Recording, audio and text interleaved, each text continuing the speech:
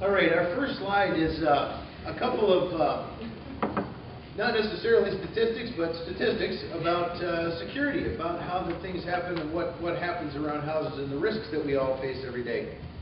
You'll notice that it talks about 1 out of every 5 homes will suffer a burglary, a fire, or carbon monoxide poisoning. We might lump into there things that happen like cold weather and pipes breaking when snowbirds go down south, when floods happen as a result of sump pumps quitting and those kind of things. Your odds of something tragic happening that could have been prevented by electronic surveillance or other means could happen to 1 out of 5 of us. Approximately 3 of us are going to have that kind of a thing happen in the next year. 9 out of 10 convicted burglars agree that if they had a security sign in the front yard, they wouldn't have bothered with that house. Now, this isn't the case with Dottie's house. She's got the information in front and the receptacle. Monitoring those kind of issues makes your chances of being struck by one of these tragedies significantly less. It reduces your chances of suffering those kinds of problems. Some things that we can do before we bother with alarm systems, some things that we can do to protect our houses. One of the biggest things that you can do is anything to make your house look like it's not the best target on the street. Whatever makes your house look more invincible than your neighbor, that's what you should do. Among those things are a good solid front door with a peephole in the front, good hardware and locks. Don't spend a whole bunch of money on a nice steel door and then put it in a wooden frame. Get the thing set properly the first time. Don't let somebody kick through that wooden frame. Don't let your son put it in. Don't let your son put it in. Don't let her son That's put what it happened because he used a wooden frame around it, and that's what happened. The whole frame and everything went right on. Really, when somebody's kicking in a door, they're not kicking through a piece of steel that is in your door. They're kicking through the frame that it's attached to. Okay? And the difference between having a good solid door with a lock on it and a good solid door with a lock and a deadbolt is about 15 seconds. It takes 2 or 3 more kicks to get through one with a deadbolt. But anything that makes your house more difficult than the neighbor makes you less likely to be broken into. And the peephole thing, let me just touch on that too. Some people use peepholes for their single intended purpose of looking through them to see who's at the front door, right? But how many of us actually look through the peephole to make sure somebody's not out there waiting on us when we come out in the morning? If we're creatures of morning, the odds are somebody's going to recognize my pattern, and if my house looks like a viable target, they're going to be waiting for me at 7:15 when I push the door open, and they'll push me back in. Peepholes, they're not just for visitors anymore. Make sure that everything outside is well lit. Statistically speaking, in this area, more break-ins happen during the day than at night. However, people that prowl at night are afraid of light. Therefore, it behooves us to go ahead and spend some time, spend some energy getting those outdoor lights, even if it's something on a timer, if it's something on a motion-sensitive type circuit, then do that. Light fends off people that would prowl in the night. All right? During the day, you just have to be aware of the surroundings and, as much as you can, make your house look like somebody's there all the time. One more thing, if you moved into a new house, make sure that you replace all the locks. Same with your alarm system. If you've just moved into a new house and you don't have the master code to it to change all the codes, make sure that you either disable it or change it so that somebody can't get back into their old house. Especially if lived there before, didn't leave voluntarily. Okay? Protecting your home, there are window pins. I don't know if you've seen this product or not, but in some good solid wooden windows, they have a pin. You drill a hole through the fronts like this and you screw a pin right through them. They're spring loaded, so when you want to open the window, you pull those out and lift your window. It's a great investment. It works great on these wooden windows. If you can avoid it, try and keep away from the vinyl windows, from the vinyl and aluminum windows. They're very thin material, and no matter what kind of hardware you can put a screw that long into that material, that wouldn't look very good. But if you did that, it's only holding this much of the material around the window. There's only a 1/16 to an 1/8 of an inch of material that screw actually bites into. And those are rather easy to break into. So if you can, use a more solid window.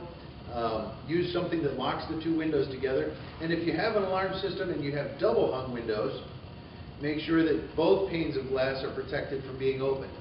If your window opens from the top and the bottom, and I see this all the time, a company will come in and do an alarm system for a home, and there might be 40 windows, and they've got all 40 of them with the sensors at the bottom all nicely hardwired, where you can see them and the wire sticks out. It's awful. But then you look at the top pane, and if the window's unlocked, that one just rolls down and doesn't affect your sensor at all. Double hung windows are done incorrectly a lot of times in the name of saving a few bucks or not using wireless equipment, which is a little uglier, but a little safer. Keeping your trees and shrubs cut down around your windows so that from your perspective inside, if you're looking out, you can see everything out in front of you. If you give someone the kind of cover that a large bush provides, they have all day to break into your window. And while there are a lot of myths regarding somebody cutting a hole in glass using a diamond or something like that, the guy that has that kind of tool doesn't need to be breaking into houses. That doesn't happen. But if you give them enough time, they'll figure out a way to get in your window if they have enough cover and if they have enough time. Also, along those lines, basements that are dug out in Michigan these days, a lot of municipalities are requiring the egress windows, the egress style windows, where there's a great big tub that you can pull a window out and escape if there happens to be a fire. Great idea. I love the idea, but people fail to protect them sometimes, and that gives a guy ample opportunity to work on that window for as long as he needs to get into the house. Turning down your telephone and answering machine when you go makes it so the burglars can't hear that nobody's home.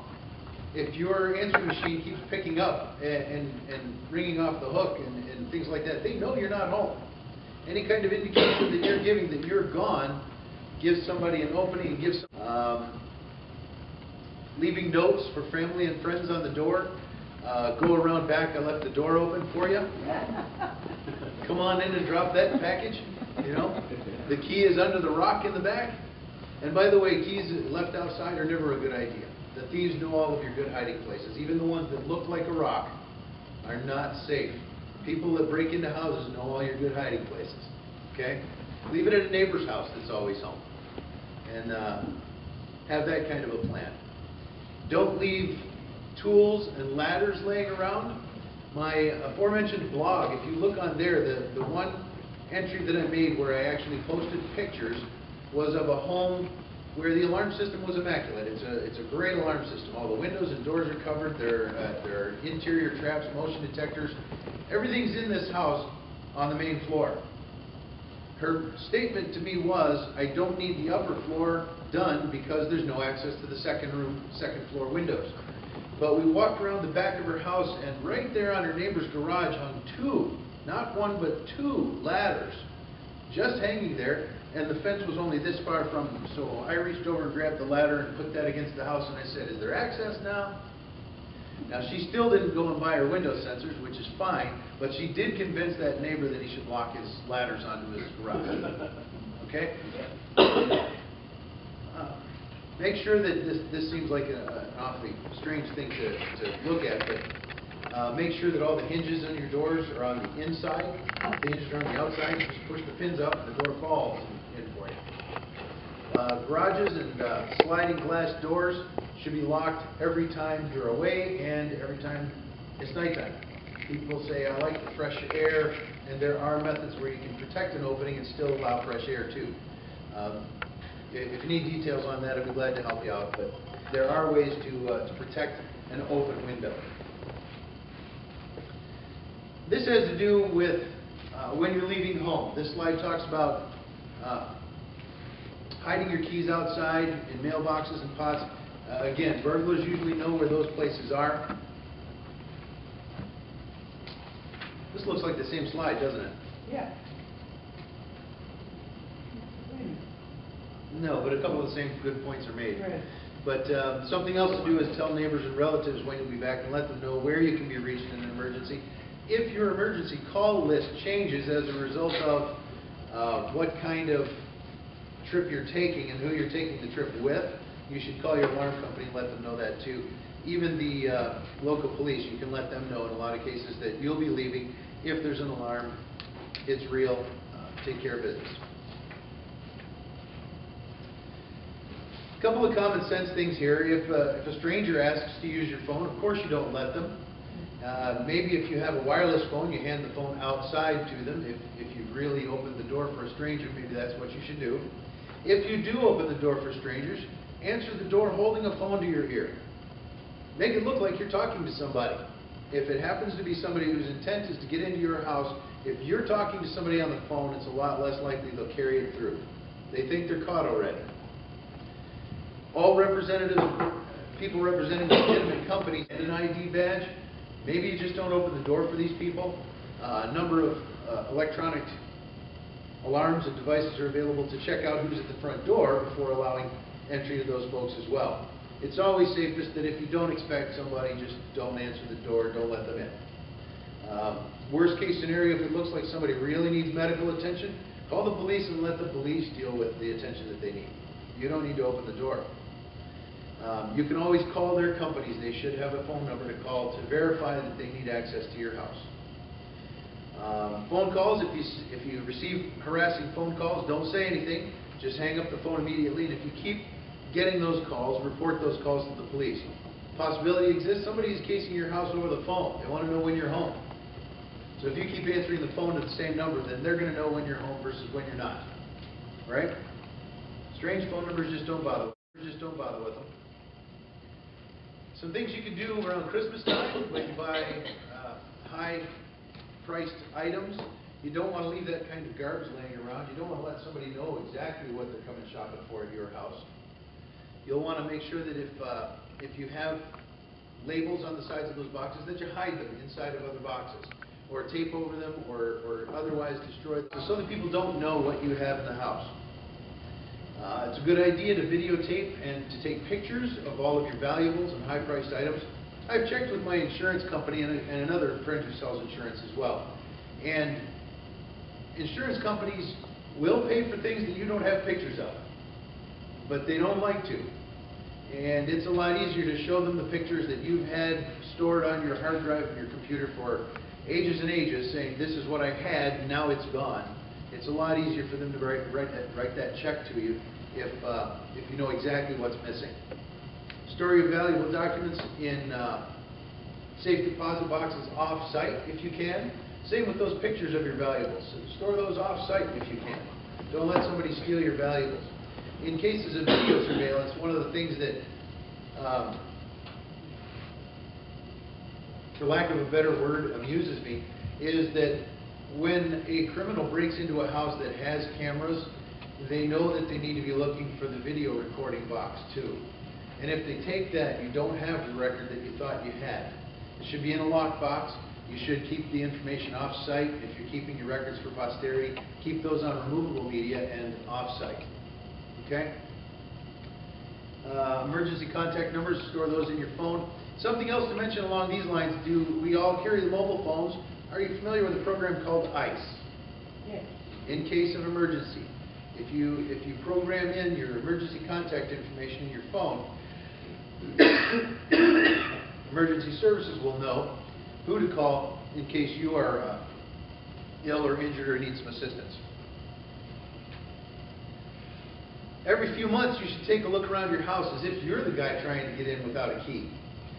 Some of us already know the favorite route for losing our keys and how we're going to break into our houses. In my house, it's through the garage door and through the trap door in the ceiling and into my daughter's bedroom. And I don't like that exists, but I still can't bring myself to believe somebody's going to break into my house using that method. They're risking their life. I risk my life every time I do it. But you should look for weak points. If you know that your daughter leaves her window open at night, then make sure that she locks it in the daytime when you're gone. We all have little idiosyncrasies. We have habits. We have things that we do without even thinking that cause us to be at risk.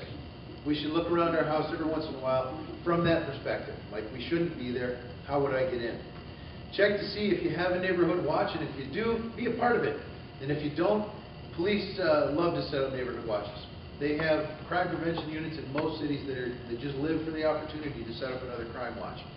And they'll help you get started. And there's really some sophisticated information about how to do a crime watch and the type of equipment you'll need.